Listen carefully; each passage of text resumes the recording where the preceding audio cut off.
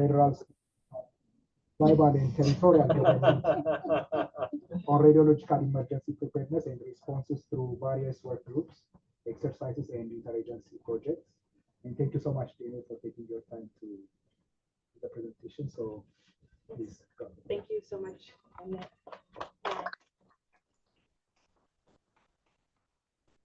so happy to be here tonight with everyone. Thank you so much to the Baltimore and Washington chapter of the Health Physics Society for giving me the opportunity to speak. It's such an honor to be here and see so many familiar faces, see a lot of new faces to myself. So I'm excited to connect with you all who I haven't connected with yet, and look forward to hearing your questions and comments that you may have after giving you an overview of EPA's role in space nuclear systems.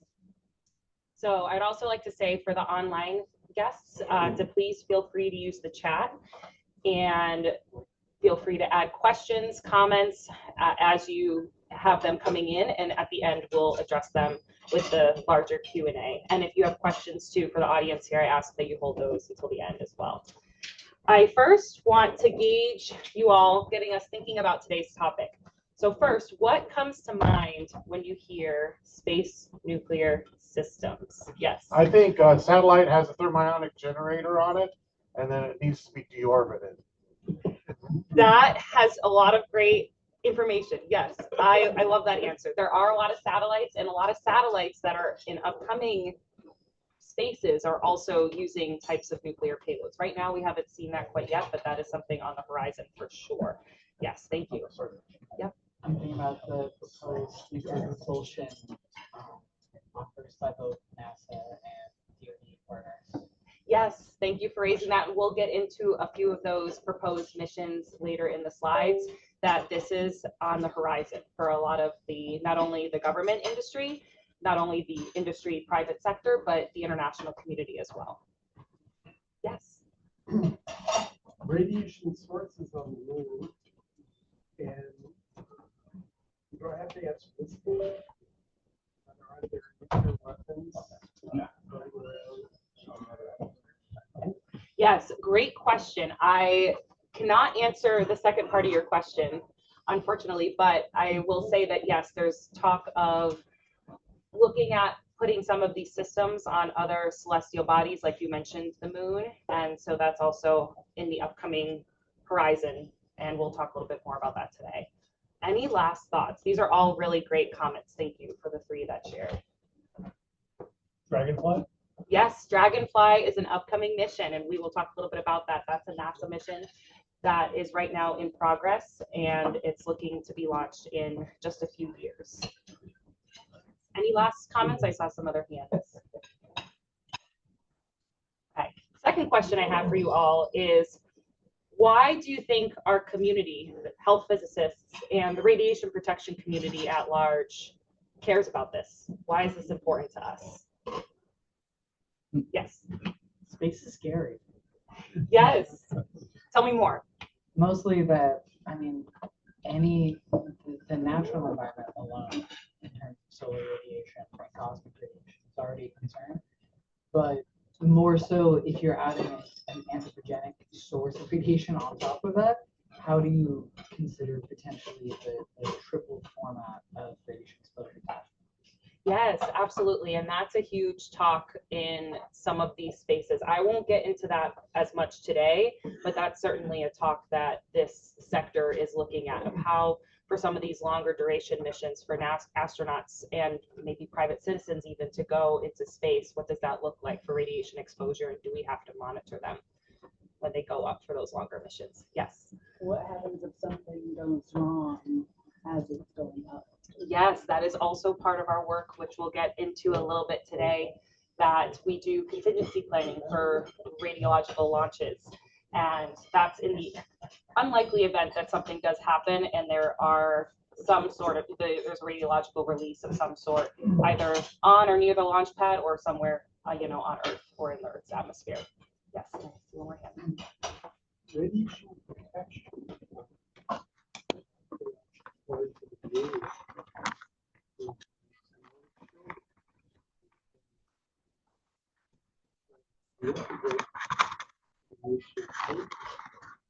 Yes, absolutely, absolutely. And I think to that point too, with the astronaut piece, that is something that the industry is looking at. And I think there's a lot of questions, more so than answers at this point, of how they're going to mitigate those challenges. But that's certainly something that is a concern and a challenge that this field faces.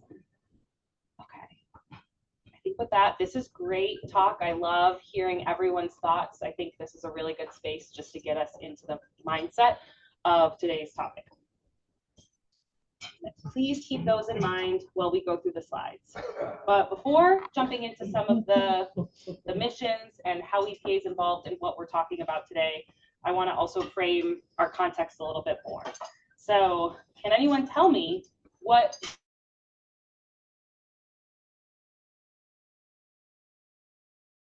It looks to me like it's astronauts on Mars where you have the largest mountain in the solar system. I think it's called Mons or something. And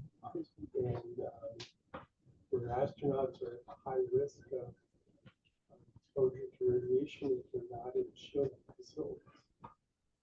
Yes, absolutely. Looking at what could be the first type of landing on Mars. And why this is, of course, an illustration, as we know that there are no manned or crewed missions to date going to Mars. And this is, though, a goal for many space agencies and companies in the US, but also across the globe. Though some of the current technology that we have to date can make this quite a challenge, as we talked about in some of the intro answers that you all gave. So space nuclear systems is anticipated to be that exact technology that is needed for humans to go to these other celestial bodies, for us to do some of these longer duration missions. Just to go through an agenda of what we're talking about today. So first, we'll cover what are space nuclear systems, just to break down some of the technology in a high overview, why EPA is involved in the process, how EPA is involved in the process, and then getting into some of the meat and potatoes of why we do some of this work and how that's translated into future guidance, future policy that's expected to be implemented and is currently being implemented at different levels. Okay, so first and foremost, what are space nuclear systems? So these are devices that utilize nuclear energy for different purposes. A lot of them often are for power generation and for heating. But we're also seeing that propulsion has been demonstrated in the past, but we're looking to do more of that technology for future launches. There's two types of groups that we're going to look at when we look at space nuclear systems. One of those are radioisotope power systems, and within that, there are thermoelectric generators and heater units. And these both help power and heat the spacecraft. Then we have fission reactors, which use decay heat for power and propulsion. And some of these systems could be things like nuclear electric propulsion, nuclear thermal propulsion, or fission surface power. Fission surface power is one of those key ones that I'd like to just mention for some current events, because with some of the aspirations to get humans to the moon, fission surface power is one of those ways that the US government at least is looking to sustain our US presence on the moon. So to break down RPS first, this is like a battery. Like I said, this is focusing on power and heating for the spacecraft. Some of the fuel that is typically used for this is plutonium-238, which is the most common. And then we also see americium-241. This is going to be an emerging radioisotope in this field. A lot of our European partners, particularly the UK Space Agency, is looking at using americium-241. And some of those benefits involve costs and just feasibility, and there's no, or less, I should say, proliferation concerns that we see then with plutonium. And some of the missions that have already used this technology are some listed here. This is not an exhaustive list, but you can see just some to note. Cassini, Galileo, the two Voyager missions, the Apollo program used RPSs.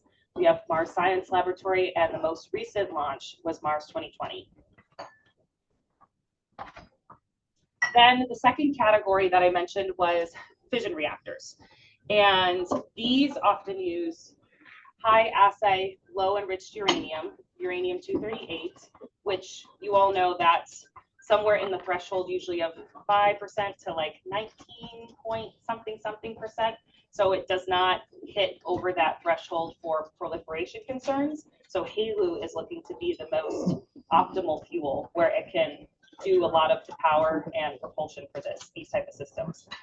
The previous mission that did use this type of technology was SNAP-10A.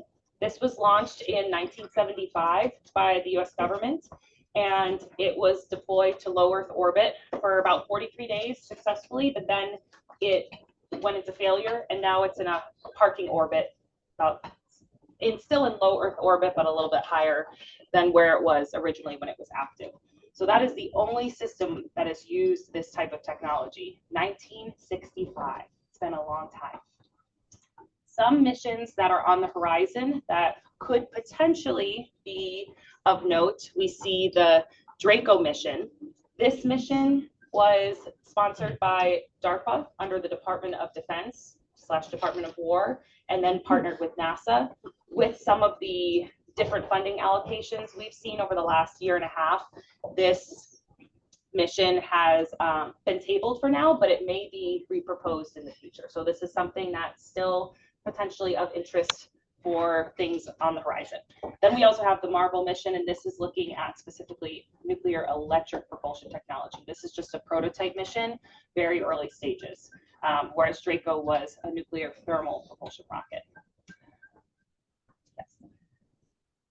I want to answer questions throughout, but just for the sake of making sure I get through the content, let's hold the questions until the end, but I do want to answer all the questions, so please keep those flagged for me later. So now getting into why are we using this technology? So we talked a little bit about what it is. Now, why is this important? So Los Alamos National Lab did a study in 2013 of the different types of fuel sources for space systems. And you can see here, this chart really does a good job outlining the different types that we have access to.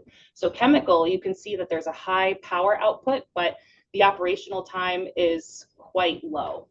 You know, at most it goes maybe a couple months. It's not really in the years to decades range. On the other hand, solar and radioisotope power systems can be a really good fuel source for long duration missions, but you can see the power output is low. Remember, when we talked about radioisotope power systems, those are meant for heating and electricity. So they have low power output. Even though they can last a long time, it's not meant for high power output. So some of these optimal ones that we'll talk about on the horizon are the nuclear thermal propulsion and nuclear electric propulsion, which has some of the optimal pieces of both energy output and operational time. Now getting into how EPA is involved. We first have some policy drivers, and the main one is through this board that EPA sits on. It's called the Interagency Nuclear Safety Review Board, or the INSRB. We also do radiological contingency planning. We also are involved in future space nuclear missions, and then, as I mentioned, guidance, policy documents, and standards groups we are members of to keep EPA's equities on the forefront and be able to keep engaged with these areas and these topics. So starting with policy drivers. So since the 1960s, there have been a lot of interagency partners involved in this process that are a part of the review for these space nuclear launches. In 1975, there was an interagency group established, which was a panel, which is the Interagency Nuclear Safety Review Panel. The membership at the time was Department of Defense, Department of Energy, NASA, and then NRC was an observer. A few years later, there was a presidential directive that was published that codified this into the federal process, which also added environmental aspects such as the NEPA review, the National Environmental Policy Act, NEPA review, and also environmental impact statement reviews by EPA for mission owners. In the 90s, then another revision to that presidential directive came out, which added EPA as an ad hoc member to the INSERP. So you can see over the course of these decades, the environmental equities in these type of missions became larger, became more important to the interagency, to the public, and to the government. Also, in the 90s, the launch approval criteria was tied to one of the IAEA safety standards, 6 for transportation, which recently was updated. Revision 2 was published in 2025, so there are new updates to that.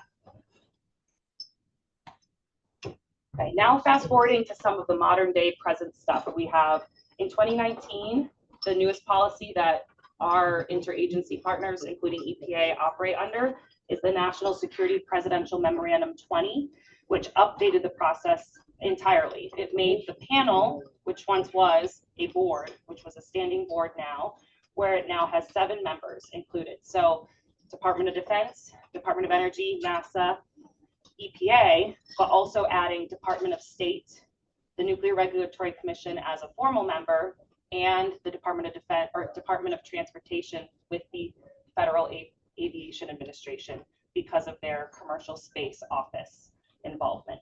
So this was made to add safety guidelines for mission planners and launch approval authorities, and add a tiered evaluation process looking at the different types of proposed missions that may come to the forefront.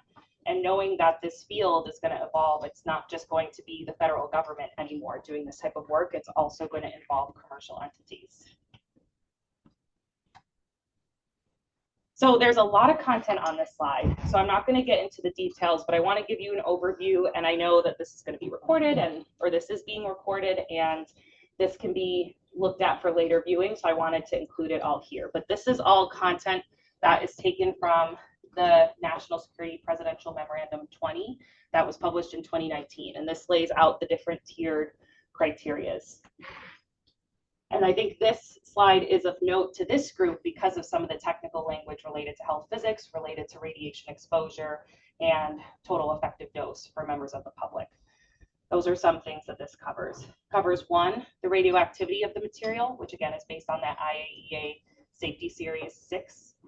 We have the type of space nuclear systems. So some of the higher tiers talk a little bit about those nuclear fission systems or using enriched uranium for fuel. And then we also talk about total effective dose for members of the public. And you can see that there's different levels for each of these tiers. The Interagency Nuclear Safety Review Board, which was established under this policy, NSPM 20, allows for the board to write what's called a safety evaluation report, which is based on what the mission owner did for their safety analysis report. So it's another type of check and balance for us to do a safety review on what the mission plans to do and how they look at all of these different types of criteria. We have to do that though only for the tier 2 and tier 3. Those are the ones that triggered the INSERP's review. The head of the sponsoring agency, also you can see here in the last bullet, has to, sign off on each of these launches. But I want to make a note that for tier 1 and 2, that's meant for entities like NASA or Department of Defense / Department of War, or the Department of Transportation if it's a commercial launch. Whereas for tier 3, you'll see here the president has to sign off on it. So because of the elevated concerns, especially to potential exposure to members of the public in the event of an accident. So talking a little bit about the Interagency Nuclear Safety Review Board in detail. This is the group that, as one of the 7 agencies, EPA sits on. So this is something that we are really regularly engaged in. We have quarterly meetings with all of the interagency partners involved, where we discuss a variety of things such as, board business. We talk about upcoming missions and also develop materials to our external partners to work with industry, to work with think tanks, go to conferences, speak on panels, that sort of idea. We also ensure that we're in compliance with our charter and our playbook. These are 2 public documents that are on NASA's website if you'd like to learn more about what the INSERP does in detail. We also are intending to represent our agency's equities related to this type of work. So that's why all 7 agencies come from a different space to give their opinions. So that's just ongoing. But then when we have a mission that has been brought to the board for potential review, we engage with the missions early and often and talk about their process, try to identify gaps, and this is meant to be collaborative, so we can try to find any concerns or any issues that may be raised throughout the process. So when we are writing our report, our safety evaluation report, we're not waiting till that time to raise all of our concerns. This is meant to be a back and forth between the board and the mission program. The group from the board that talks to the mission program is the INSERB review group. And this group then puts together that final report that goes back to the mission head. So if it's a NASA mission, it'll go to the NASA administrator, so on and so forth for Department of Defense / War and Department of Transportation.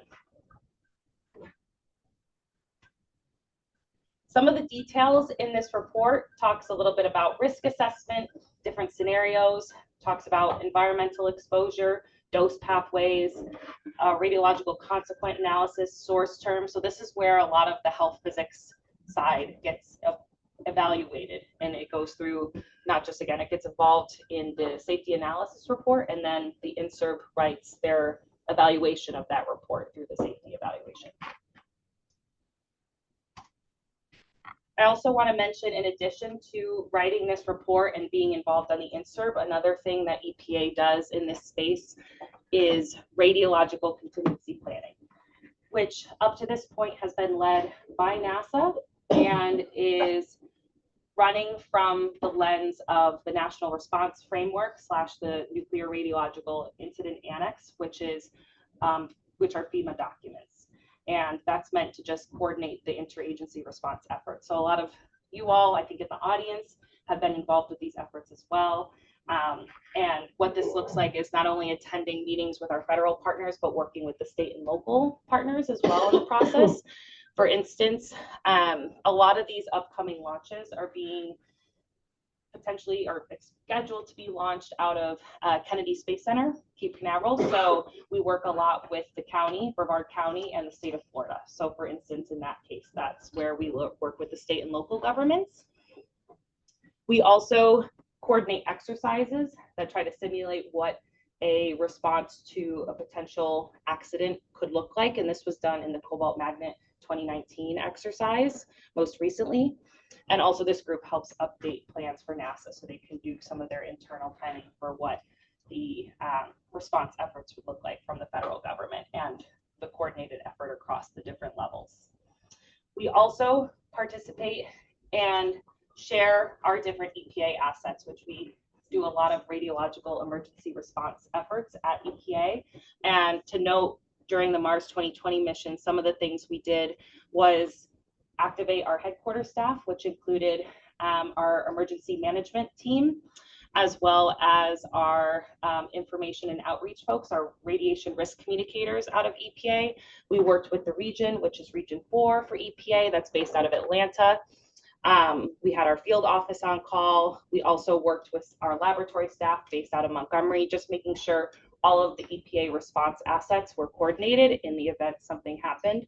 And then lastly, we also were ready to have on call, if needed, the advisory team for environment, food, and health, which is a group that is now chaired by EPA, but involves Center for Disease Control and Prevention, United States Department of Agriculture, and Food and Drug Administration as the other federal partners in that group.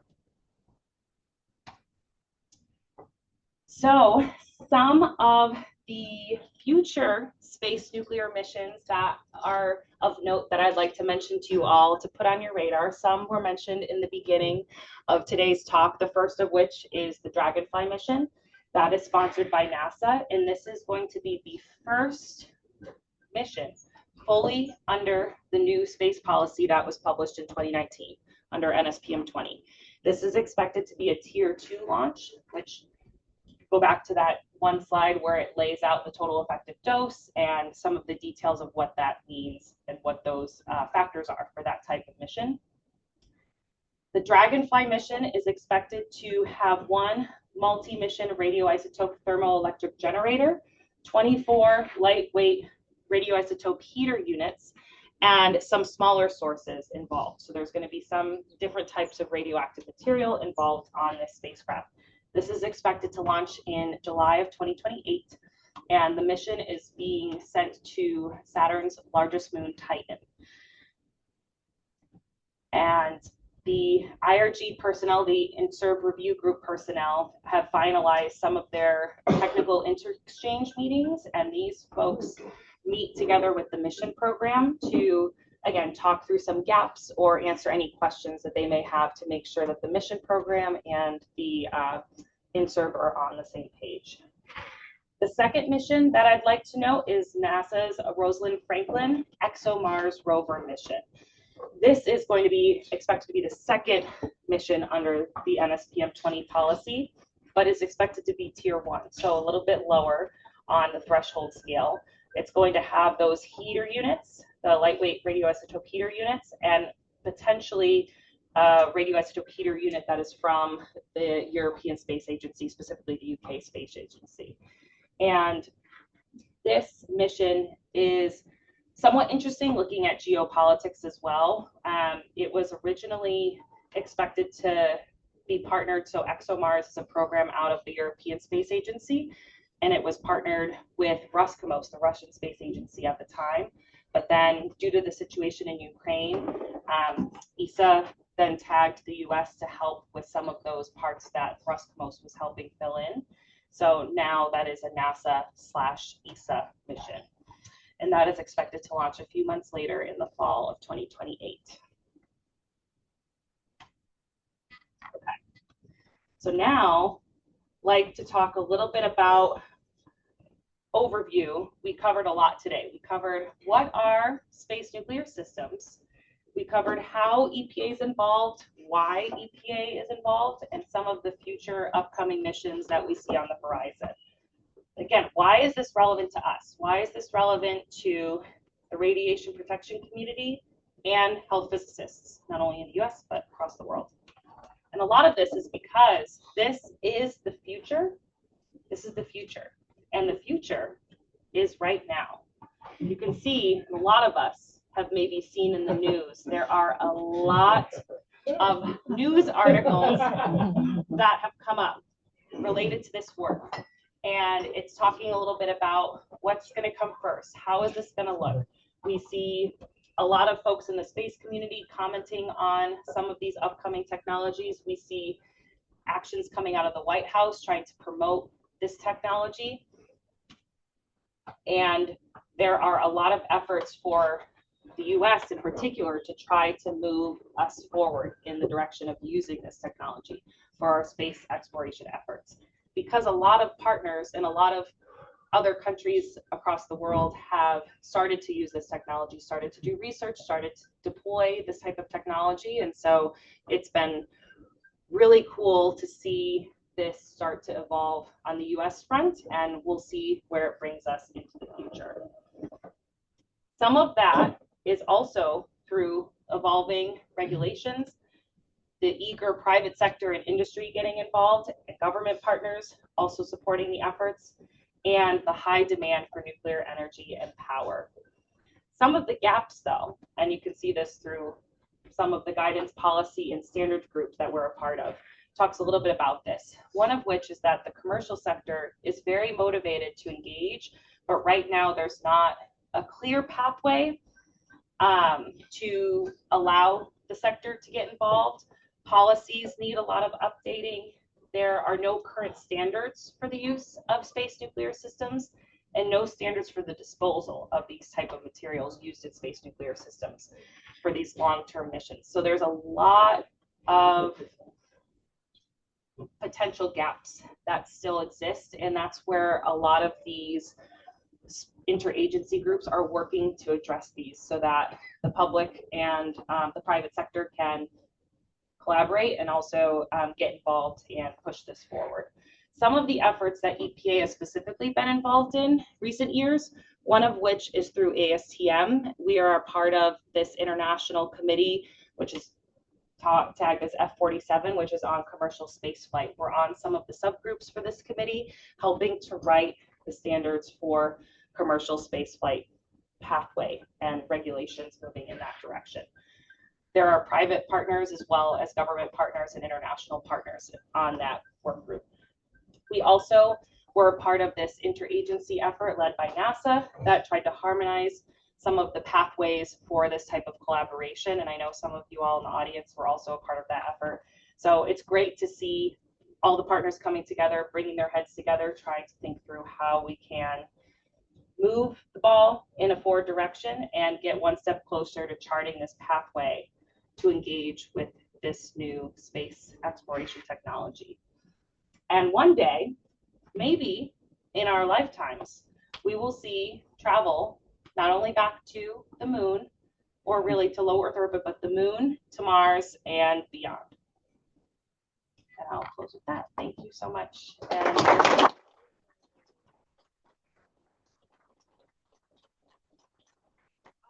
we'll start here and then we'll go there. Yeah.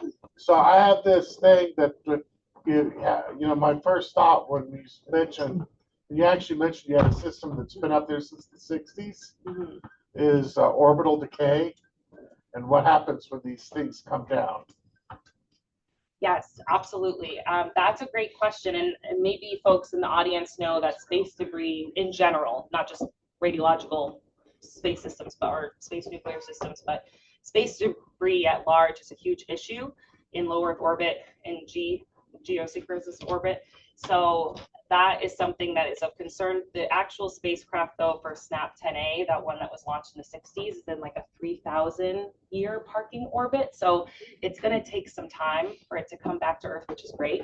But that is a concern. And I mean, the more and more that these get deployed, and with the space debris issue we currently have just globally, that certainly is something we have to be aware of. So yeah, it's a great point. Yeah, thank you. Because yeah, that may, if it comes back to Earth, that could of course cause a release. It may cause a release. So something you would have to be engaged in. Yes, we'll go here first. I very much enjoyed your talk. Although at the end, you do talk about the international level. This is a U.S.-centric focus. However, China, India has put radiation sources on the moon. And it would seem that this should be an international issue. I'm glad to hear that you are bridging over into the international sphere, because it is an international thing. If you could comment on that. Yeah, absolutely. I certainly agree that this is an international issue that we are tracking. I think what's challenging at times is with EPA's equities and with our lens in this space, we don't necessarily look to some of those other nation states and what they're doing in their space nuclear activities.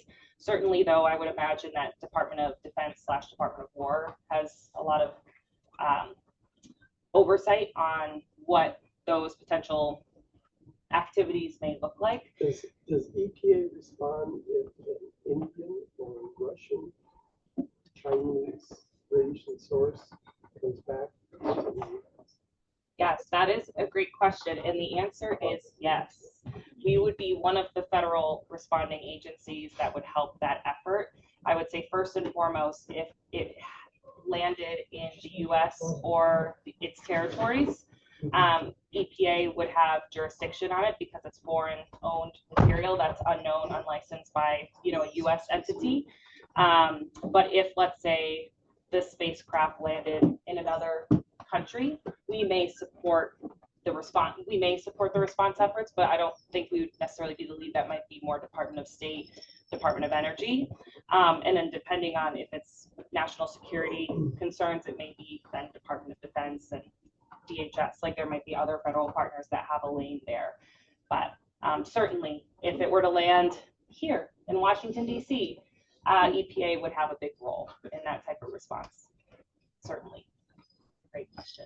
Yeah. Enjoyed it, of course.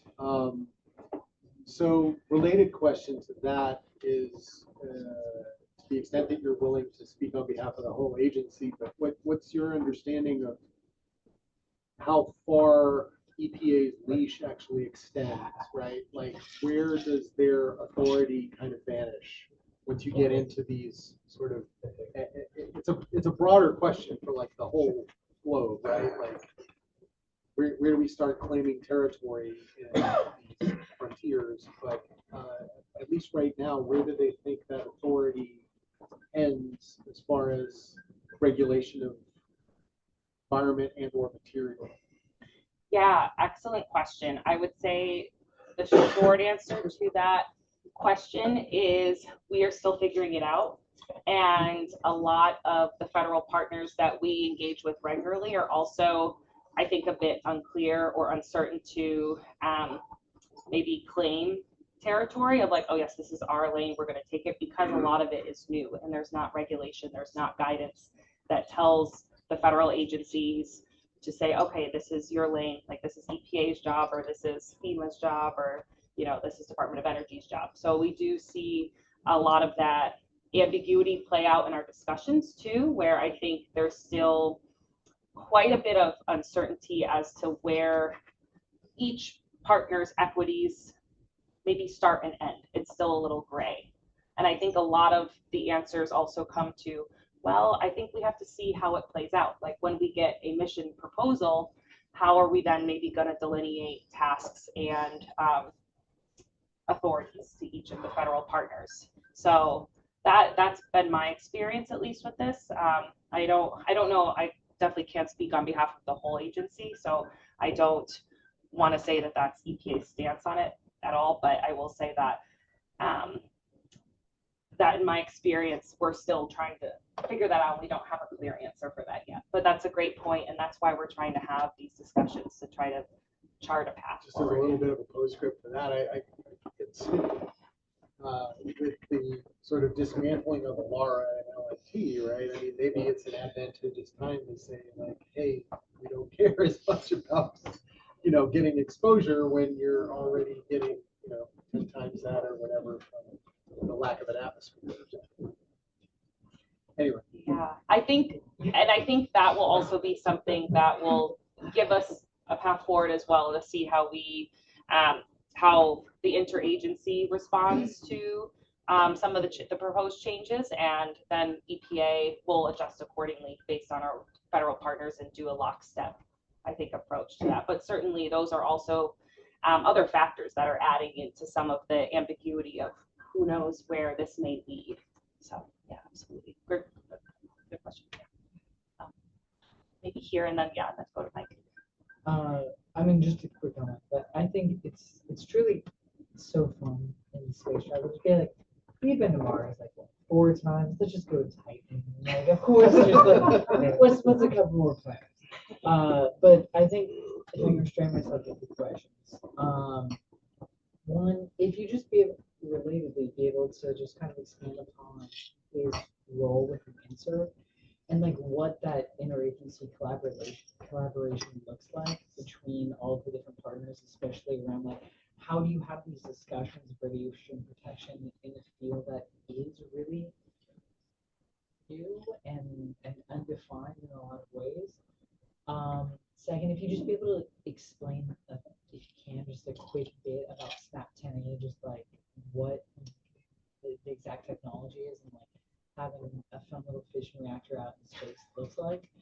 And then third, just in terms of which, I know. And then it quickly in the tier system between 2 and 3, like, is the difference between that really a fission reactor versus an RTG? So, like, is that what really defines this presidential action required? That's like one question in 27 I said 3. I said I'm holding 3. I know. I want to make sure I remember all 3 questions, so I can give you the best answers to each of those. Insert, SNAP, and tiers. Yes. Okay.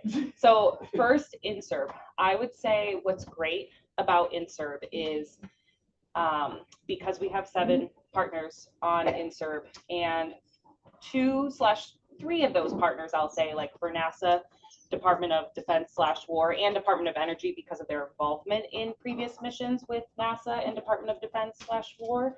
I would say that because of their experience, they bring a lot of expertise to the table, and we can leverage that expertise looking at some of these new horizons and uncharted paths. And so then when we talk about like the commercial sector, having FAA now at the table, like when they have questions, they can also look to NASA, Department of Defense, Department of Energy, and say, okay, how is this looked at and how do our regulations match your regulations? And it's a big collaborative effort where we do talk things through.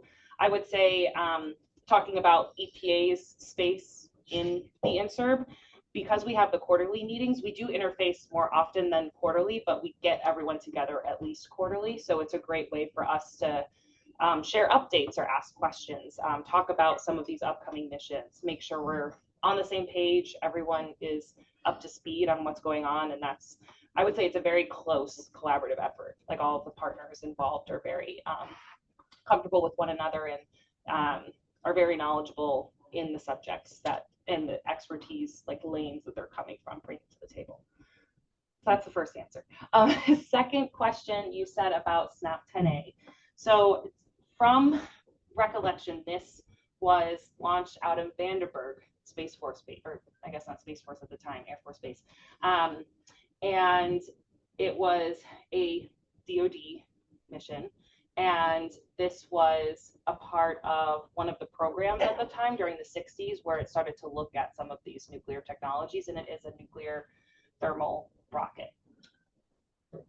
Well, not rocket, like nuclear thermal propulsion technology that is up there. And it is not, to my knowledge, it's just kind of in its parking orbit. It's not like operating at this time. Yeah. But I know that our federal partners that have worked on those programs that do more of the other side of that work are tracking that. Yes. I can maybe add on a little bit. Yeah, please, Chris. So SNAP 10, basically 43 seconds, I think 43 seconds or 43 minutes into the flight, it had an electrical switch failure. That's right. So they ended up using the fuel that they had, chemical fuel, to push it into that higher orbit so they could figure out what to do. So it's up there for 3,000 years. We got about 50 years left to figure out what to do if we're even around. You know? So. Thank you, Chris. Yes. Dave Allard added, USSR dropped a Cosmos reactor on Canada in the late 70s. It's a good case study. DOE supported the surveys and recovery of high rad bits. Yeah. Yes, and thank you for sharing that point, because that is a real-time example to the question you raised, but that is with the scenario that it happened in a foreign country, like it didn't happen in U.S. territory, U.S. jurisdiction. So EPA's response efforts looked a little bit different at the time. So in that case, yes, Department of Energy had a big role in the recovery efforts from that spacecraft that landed in Canada. I just want to throw out there, a DOE leads the way on so much of this because they have the money. To be honest, they have all the capability that's built in. EPA is on a shoestring budget compared to what DOE can bring to bear. So one of the interesting things on Operation Morning Light, we actually did build, or Canada built, the Soviet Union. I can't remember how many $1 million for the cleanup, but they never paid up. Yes, and that. Yes, that is also interesting too, because Taking oil yeah, there are a lot of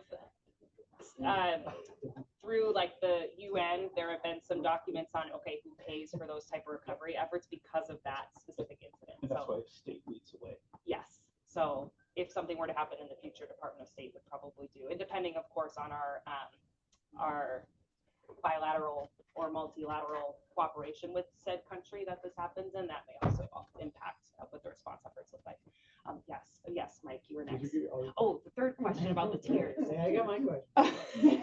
Okay. Yeah, okay.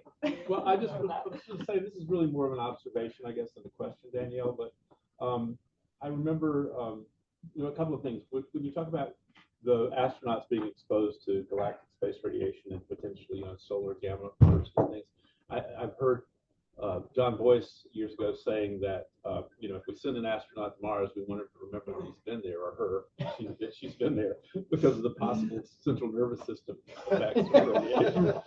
But also, and Bill reminded me that his sister Ellie gave an excellent, exquisite talk at the NCRP a few years ago about the other physiological challenges from space, being in space, weightlessness for extended periods of time, and all of the issues that the human body was not really evolved to handle. And so I guess it's really more of a, as I said, more of an observation than a question, but I'll just ask it as a question. Do you think we really can get a human to Mars and get them back safely? That's a great question. My optimistic side, which those of you who know me know I'm optimistic oftentimes, I would say yes, though I think it would come with a lot of challenge. There are talks in the community of the people going to Mars. It would be a one-way trip. That is talk in the community. Other talks in the community say, okay, if we do a Mars trip, we can do it in about 3 years or 3.5 years with gravity assist, with the different stages of the cycle where the moon and Mars can kind of be closer in orbit to one another. So there are factors that maybe could shorten the mission duration, but all of that would have to line up. And then there's also the other factors, like you said, like the astronauts that maybe elect to do this or are qualified to do this medically may also come across their other challenges. There might be mental health challenges, there may be other physical challenges. So yeah, there's certainly a lot of factors that I think make it hard in practice to know if it's going to be a successful return. But the community is hopeful. And again, with some of the proposals, they're saying having like a 3.5 year mission, they think it could be possible. Certainly could be. But yeah, there's lots of factors that make it difficult. Absolutely. Great question. Yes. Thank you. You probably said it and missed it, and I'm certainly too lazy to look it up. But with regard to the tiers, you want to do so what? What's the practical implication of defining tiers, particularly from like a physics aspect? What does it mean? What do I care? Yeah, I would say a lot of this is important if you are interested in like probabilistic risk assessment. This can be really helpful determinants of what falls into what bucket. And I would say too, depending on some of these outlier scenarios, when they do the evaluation, they are looking at these total effective dose I think limits. I'm saying I don't care so much about probability. Okay. What's the practical implication? If I say it's a tier 1 launch, what does that mean? It's a tier 2 launch. What does that mean? Yes. Tier 1 launch, let's say it follows these specific criteria. Yeah. If we're looking at, let's say, total effective dose, the outlier scenarios that they're saying, like worst probable case that could happen with this type of launch, with the amount of radioactivity on board, with other factors, launch vehicle, all the things, right? This is the maximally exposed individual. And we do what? To me, it's just information. What am I doing with this? Same thing you would do if it was a nuclear power plant release. As a nuclear power plant release, I would take different actions. So my question is, from a launch perspective, what am I doing to prepare that's different for these tiers? So for the Mars launch, DOE and EPA supported putting ECAM sensors out prior to launch so that we could have immediate information about plumes passing with some code that would attempt to evaluate the inhalation dose to the public, and then you also had field teams on the ground ready to go to take those direct measurements. And you would not do that for certain tiers as opposed to others? Correct. Under the 20 approach, that would be a tier 2 launch. Tier 2 or higher. Yeah. So the tier 1 is kind of a no, never mind. It's letting you know it's there and saying, be aware we're having this launch. We don't really have to put resources forward. So you jump up to tier 2 and you start thinking about how much you want to lean forward. How much risk is an agency willing to take? Those are internal decisions. And then like a tier 3, that's presidential authorization. That means it could get nasty. the odds are you're going, tier 3.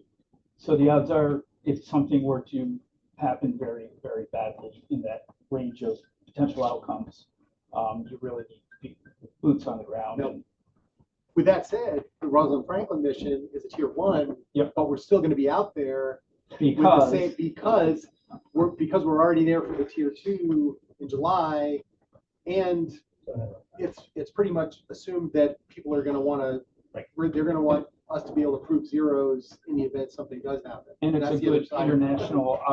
international cooperation opportunity. So yeah, I mean, I guess the difference is really, the difference isn't necessarily in what you do, but the scale to which you do it and the pucker factor that's involved, I guess. Yeah. I would also say just another piece related, as you know, to like radiological emergency preparedness for nuclear power plants. Like I think that was a great example that you brought up, Bill. In something like this is why we involve the state and the local government. So they're aware, they understand exactly, they may have an understanding of kind of what this means, let's say if they have the technical background, but they're aware, they're informed, and then they can help, and us federal partners can help translate that into protective actions and things like that in the event that something were to happen, just to prepare messaging, to prepare their community, to let them know what's going to happen, or just to put things on the horizon and give that proactive heads up. And then in the event something may happen, then the community can be prepared. So I would say the state and locals probably are maybe the answer to your question of more the like, what does this actually look like in practice? Yeah. Yes.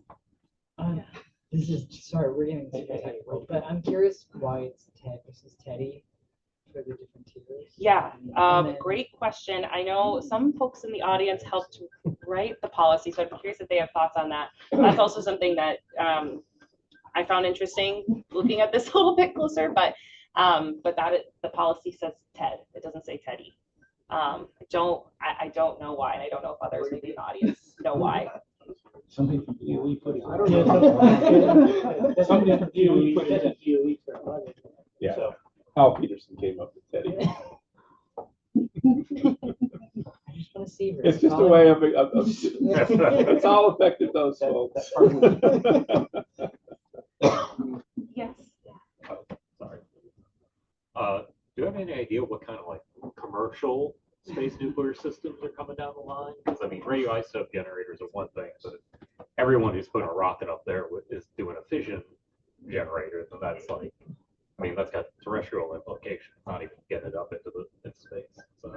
Yeah, absolutely. Right now, the board has not, I can say, has not formally been given any, public knowledge of what commercial entities are looking to do, but I definitely know that the private sector has been talking to other federal partners of different proposals and different things. But yeah, we haven't seen an actual mission proposal of what that may look like. But yeah, great question. Yeah. I know NSA, or not NSA, NASA's put out a draft proposal of contracting a certain wattage capability on the moon to just sort of test the water of what commercial entities might be interested in trying to put a fission system on the moon or whatever.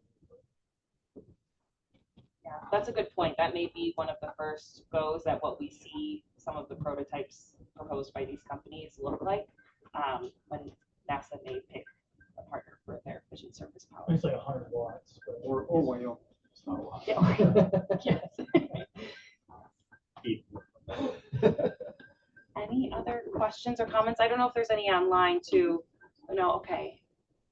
Okay. Well, thank you all again so much for your time.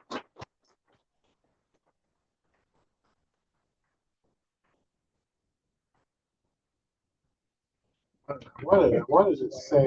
I saw that.